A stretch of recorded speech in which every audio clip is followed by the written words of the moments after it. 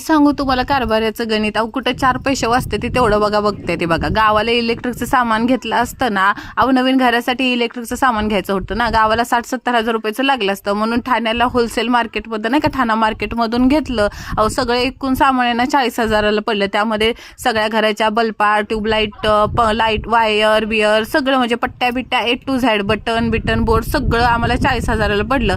आमचं घराचे दरवाजे चांगल्या क्वालिटीचे आहेत ना, 70 हजाराचा एक दरवाजा आहे म्हणून चांगल्याच क्वालिटीच्या कड्या पण घेतल्या. एक कड्याचा सेट 2,000चा होता. असे 2 सेट घेतले बघा. आमच्या स्वामींचा आशीर्वाद घेतला, गावाला जायला निघालो. लय खुश होतं गावाला जाणार म्हणून. असली सुटकेस आपल्या सामान्य माणसाच्या घरात कायम बघायला भेटते. माझ्या सासूबाईच्या लग्नातली पाक होती. बारक्या सासून मित्र मंडळीला टाटा बाय बाय केलं. म्हणलं कशाची बॅग भरून घेतली, एवढं माझं पोरगा अभ्यासू हायवी. बघितलं तर अभ्यासाच्या बॅगमध्ये, शाळेच्या बॅगमध्ये फुटबॉल भरून घेतलेला. काय बाबा बापलेकाचं गणितच कळना. विषय संपला आपला.